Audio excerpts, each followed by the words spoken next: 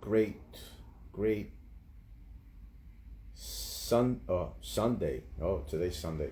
Great Sunday, first day of October of 2023 on this 33rd year of our most high and mighty Lord, as young me and as you in whatever age you find yourself. But yo, check it, it's the first day of the month, and I just want to come up here and give myself a goal and also share a practice that I've been practicing for the past it'll be 3 years this November. And it's been reading this book, but a specific book from this book known as the book of Proverbs, also known as the book of wisdom, or the wisdom of King Solomon, or according to what is this called? According to, like, the Google, the book of Proverbs is an ancient translation of another book from the Egyptian papyrus, or potentially, the Book of the Dead, the Egyptian Book of the Dead, known as the book of, or the instructions of Amenemop. Right? A lot of religious fanatics refuse to accept that this book is a translation, a plagiarization of other ancient books. So this book was written by multiple people across many ages. This book is a manual, a psychological manual written in allegorical form to help people, that are perceptive enough understand themselves. This is a book of successes and failures. This is a book that, if you study it to gain some value from it, you're going to become rich. If you do it properly, you're going to become broke if you do not follow the laws in the fashion that they should be followed. Like I said, this is a manual. This is a psychological manual. A lot of the stories in these books, the names, everything, they have completely different meanings. And it took me many years, and I am still, studying, listening to individuals like Manly P. Hall and Neville Goddard, which I recommend if you want to understand this book called the Holy Bible a lot better. I would recommend going and checking out, translations of the scriptures by Neville Goddard, and books written by Manly P. Hall, which study, ancient Egyptian philosophy, Eastern philosophy, and also the Western philosophy and religions.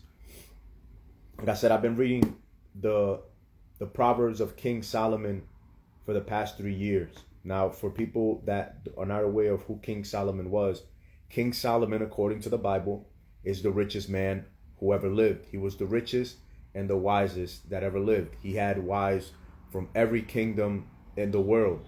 He had over 700 wives or something like that, and over 400 concubines. You get what I'm saying? At the end of his days, King Solomon fell because of his lust. He fell from the grace, from the grace of God because of lust. And when you break down those two, King and Solomon, King is a title, like Christ is a title. Jesus in the Bible is considered the individual. Christ was his title. The Jews and, the non-believers called him the devil, the prince of flies, so on and so forth, the bastard, because he came from conceived from an unmarried woman. And the believers called him the Christ, the Son of God, the King. You get what I'm saying? With a crown of thorns. King Solomon, when you break it down, you already know King is a title. It can also stand for Christ. And Solomon is also the soul of man, or Sol, Mon, soul and moon, sun and moon, right? So King Solomon stands for the soul of man and the sun and the moon, darkness and light, intuition and reason. So the soul of man was the wisest that ever was and that ever will be. and the soul of man can be or can fall because of its senses. Our sense of touch, taste, smell, uh, hearing, and can't remember the fifth one, but the five senses. The five senses are what enslave us. Our five senses are what enslave us: sight, smell, taste, touch, and hearing. We can be enslaved, and we're often enslaved. The soul of man being our soul, being our mind, our willpower and our emotions, our feelings, our sensations, our intellect, our desires.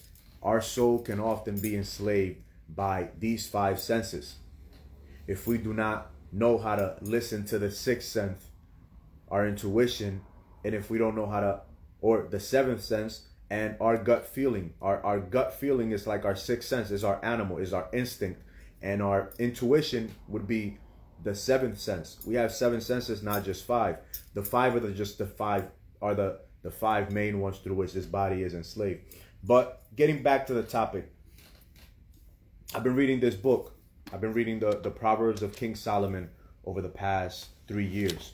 And the reason I started reading it was like, one of those commercials popped up on YouTube, and I usually skip them, but this time I decided to listen to it, and it was talking about, how there's 31 days in most of the months of the years. I think like 5 or 6 months of the year have 31 days, and how there's 31 chapters in the book of Proverbs. So the recommendation was to read a chapter per day, and then to repeat it at the end of the month. And on days that had more than or less than 31 days, to on that day read the last 2 or the last 3 chapters. For example, being February 28th, you're gonna have to read you will read 3 chapters on that one day, but to repeat it every month, 1 chapter per day, every month, repeat it every month, and do that for a period of 5 years.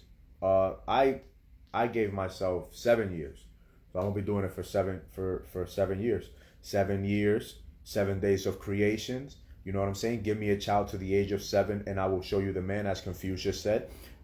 The 7 vices, the 7 virtues, the 7 elements of greatness. The 7 states of being that we should embody if we want to be great, i.e. our mindset, our vision, our inner standard and dialogue, our level of focus and balance and love, you know what I'm saying? Our level of grind, how much are we willing to work our willpower, so that we can put our body, our mind, and our visions to purposeful actions, how disciplined we're willing to be down here in the sexual area, and how diligent and how long are we willing to persist and persevere, and also be patient. You get what I'm saying? Those 7 elements also coincide with the seven chakras. You get what I'm saying? The seven Dragon Balls that Goku has to go and collect in order to summon Shenron, the ancient dragons that sleeps at the base of the sand. The 7 ways of living that encourage a great lifestyle, i.e. having faith, being focused on your fitness, your relationship with your families, with your friends, with your finances, and with your future, so that you can develop the level of frequency that will allow you to vibrate at a level that is in alignment with your visions and your desires. The things that you have within you that don't exist in this present moment, that you can't experience in this present moment, but which you can appreciate because you do have them, and they are yours when you do the works that were required to get those works, to get those things, to travel to those places, to meet those people, to have the impact and influence that you are born to have. by becoming the absolute, most excellent version of yourself that you can make possible, doing your best and nothing less. Always a little bit. Knowledge is not power.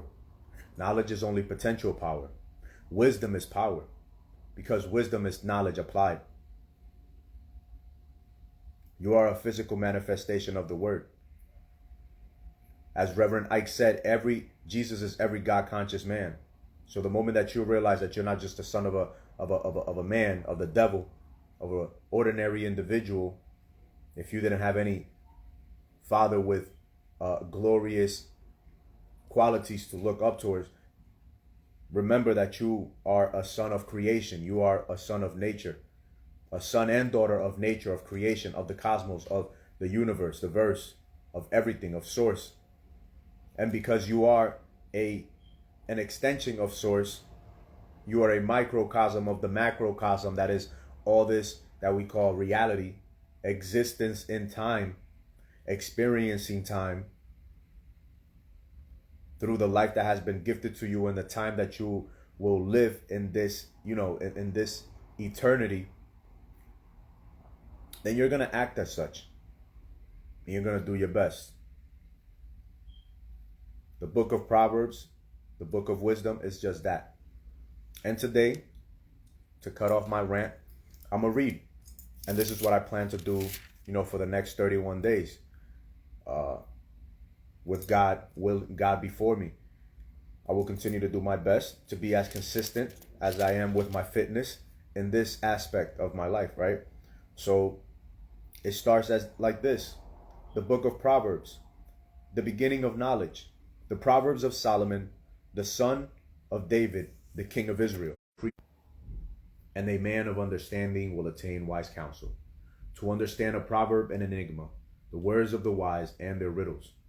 The mindfulness of the Most High God is the beginning of knowledge, but fools despise wisdom and instruction. Shun evil counsel, my son. Hear the instruction of your father, and do not forsake the law of your mother, for they will be a graceful ornament on your head, and chains about your neck. My son, if sinners entice you, do not consent. If they say, come with us, let us lie in wait to shed blood. Let us lurk secretly for the innocent without cause. Let us swallow them alive like Sheol, and whole like those who go down to the pit. We shall find all kinds of precious possessions. We shall fill our houses with spoil. Cast in your lot amongst us. Let us all have one purse. My son, do not walk in the way with them. Keep your foot far from their path. For their feet run to evil, and they make haste to shed blood. Surely in vain the net is spread in the sight of any bird. But they lie in wait for their own blood. They lurk secretly for their own lives. So are the ways of everyone who is greedy for gain. It takes away the life of its owner. The call of wisdom. Wisdom calls out loud outside. She raises her voice in the open squares. She cries out in the chief concourses.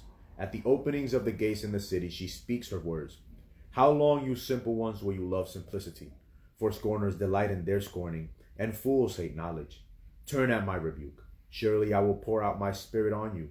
I will make my words known to you. Because I have called and you refused. I have stretched out my hand and no one regarded. Because you disdained all my counsel and would have none of my rebuke.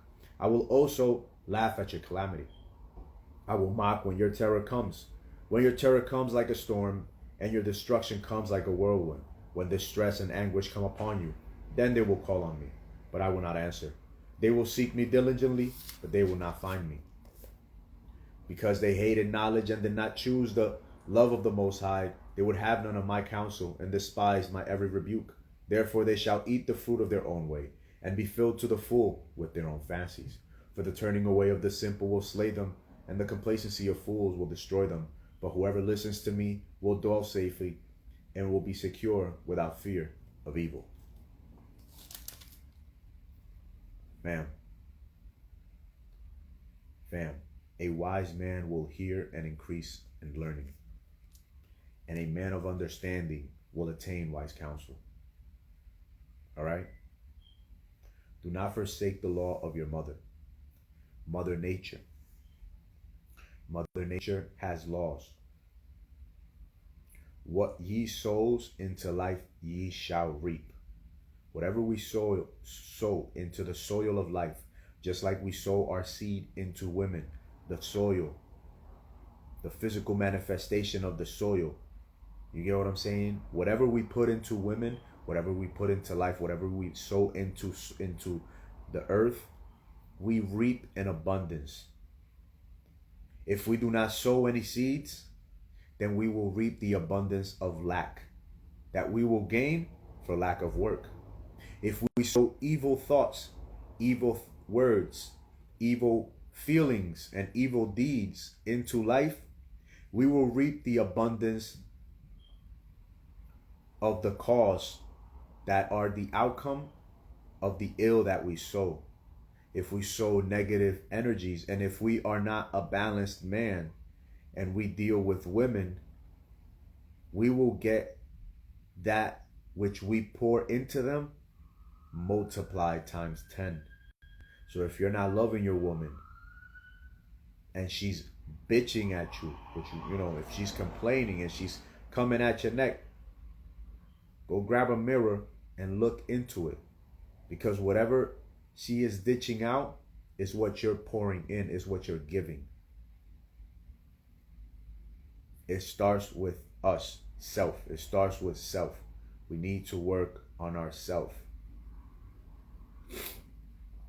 All right? Wisdom is always calling outside. She's always giving willingly and openly of her abundance to all men. But us, in our arrogance, in our belief that we know everything, we fall prey to our own ignorance. We fall prey to the various vices, the various things that can, confuse us through our senses. And we fall short. We do what we feel like doing and what we want to do rather than what we need to do and what is right.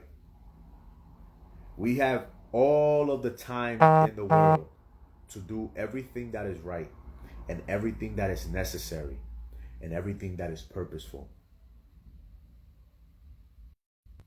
But we do not have all of the time in the world to do whatever we want and whatever we feel like doing and whatever we desire. If we do what is right, if we do what is necessary, if we do what is purposeful, and if we persevere and are persistent, then we will reap the profits and the pleasures that are the direct reward of the work that we have done. Purpose before profit, performance before pleasure. Put purpose and performance ahead of profit and pleasure, and you will receive profit and pleasure as the reward of your purposeful performance. Work on purpose, with a purpose, for a purpose, with a purpose, on purpose, so that you can reap the rewards of your purposeful ways of living, so that you can reap it in your reward, in your faith, in your belief in yourself and in others, and in a positive future, so that you can reap the rewards in your fitness and your health, so that you can reap the rewards in your relationship with families, members, with friends, in your intimate relationship with lovers or with a lover, however you want to, whatever floats your boat, with your finances and with your visions of the future.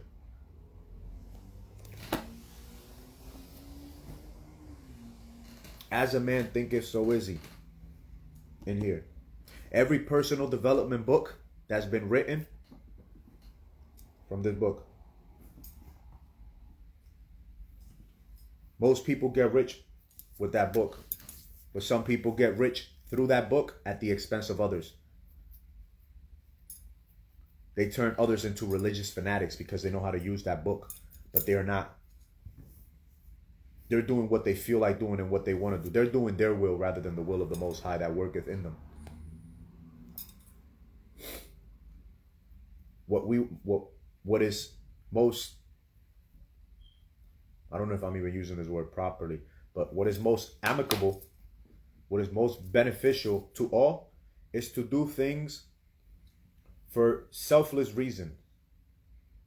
To be selfless let me see, amicable. A relation of relations between people, having a spirit of friendliness without serious disagreement or rancor.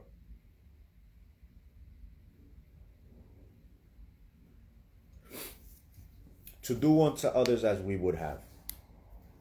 To treat others as we would want others to treat us, and how we would want others to treat our loved ones, our daughters, our sons, our nieces, our nephews, our cousins, our mothers, our fathers, our grandmothers, our grandfathers, our aunts, our uncles,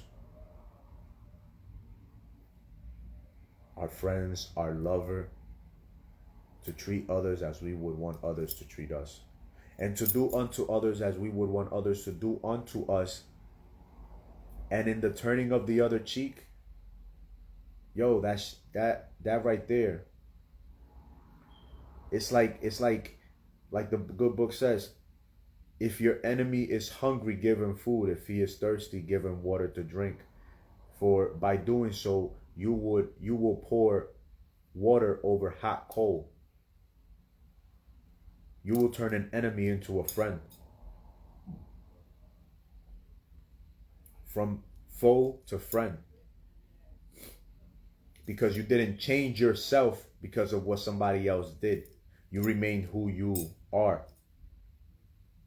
Who you were even after the misdeed, was done to you. Too often, and in the society that we live in, it's like people change because of what other people did to them. They become something uglier. In this society, a lot of people, they just want to get their lick back.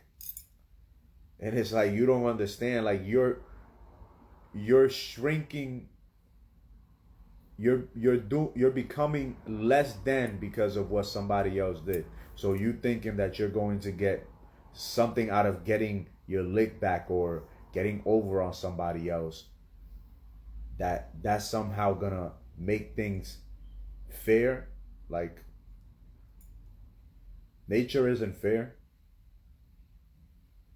Nature doesn't care. Nature is. We are the intellectual animal. We have been given the liberty of choice. We have been, given free will to do the will of the one that gave us that free will, male or female, whatever you want to call it by, to do the will of that which gave us that free will, or to use our will to go against the will of the one that gave us the will. That's how powerful humans are. That we don't have to grow as tall as we can grow. Physically and spiritually. We can be nothing. And most people are nothing. Most people become nothing. Most people never realize anything in life. They live and die never having lived. They lived their whole life. They simply existed and shrunk from anything great because of whatever fears were hindering their mindset, whatever was hindering their attitude, or as an overinflating their ego, or they had no ego. They had no sense of pride because they lacked the information. They lacked the understanding and the comprehension. And they also lack the self-direction, or the word that I'm looking for, the initiative. They lack the initiative to take action, to remedy whatever lack of understanding and comprehension they had within. I was there. I felt stupid. I still had a third grade reading level at 24 starting college. It took me picking up a philosophy book, which I always mention, Marcus Aurelius' Meditation. It got me thinking outside the box. It got me seeing myself as a philosopher, a lover of wisdom. Philo, Sophia, wisdom. You hear what I'm saying? a lover of wisdom. So that's what I am. I am a lover of wisdom. Here to share in whatever wisdom I have been fortunate to be blessed to share. But other than that, this lovely video will be uploaded to the YouTube. Share here. I will do my best to do it at the same time tomorrow around 10 p.m. You know, tomorrow is Proverb 2. Tomorrow is day 2, Tuesday 2. So it's dope. You know, Tuesday falls on the 2. Marte, Mars Day. A planet of war. No, it actually falls on a Monday. What the fuck am I talking about? No, most people die on a Monday. That's crazy, right? Most people die on a Monday between 7 and 8 a.m. What are those hours? Going to work. Going to slave for somebody else because they lack the initiative to discipline themselves, to feed their mind the right information that illuminates, that influences, that invites, that impacts, and incites positive action in their life. Most people lack the initiative. So work on developing the initiative and decisiveness to take action in your life, to become master of yourself, so that you're not mastered by others your entire life, to boss yourself around, to make yourself do what you know is necessary in your life. What is necessary to develop your faith, your fitness, your relationship with mom and dad and your brothers and your siblings, your family, your relationship with friends, your relationship with finances, with money, your relationship with a vision of a better future. You hear what I'm saying? Your dreams, your desires, so that your frequency, your energy is always positive. Your attitude is always positive. Your attitude is always rich. It is always empowering. It is always grateful, which is what will keep us in closer connectivity to the source, to the source of those things which allow us to be grateful. We must feel rich way before we become rich. Abundance is a feeling that we must embody if that's what we wish to attract into our life. Abundance in our relationships, abundance in our experiences, abundance in peace of mind, serenity within. So like I said, going on 3 years. 3 years, it's all about healthy habits. It's all about healthy habits. Living a supremely conscious life, a life that, is designed. It doesn't happen by default, which allows us to create a lifestyle that is enjoyable for ourselves, for our family, for our friends, in our business and everything. That stuff happens by design. It happens on purpose. We must do it on purpose. And to do that, it requires the right use of our willpower, our emotions, and our thoughts. It requires us taking the rotor, the steering wheel of our soul, so that we can guide our soul in the right direction, so that our body, is induced to do the right things. Because we're working on our soul. The devil only wants your soul. Jesus only came here to win souls. He didn't come here to win body. And Jesus is every God-conscious man and woman. So your duty is to save your soul, your mind, your will, and your emotions. Your soul is your memory card. Your soul is the child within, living within this placenta called the human body, in the womb of Mother Nature, of Mother Gaia. This planet is a womb. You are the child. Your soul is the child. And once you shed this physical womb called your body, the child within you will be born into an even greater womb. It's just a womb within a womb within a womb within a womb. We came from our father's womb into our mother's womb, from our mother's womb into Mother Nature's womb, into this body, which is our womb, to the soul, and so on. And this life is beautiful. Once you figure it out, or once you figure out who and what you are, why you want the things you want, the how to get there, it's not gonna be easy, but it'll be clearer and it'll be worth the adventure of going through life. All right. But other than that, it's been your guy, Super Conscious Thoughts, Super Conscious Living, aka Sosa, Mr.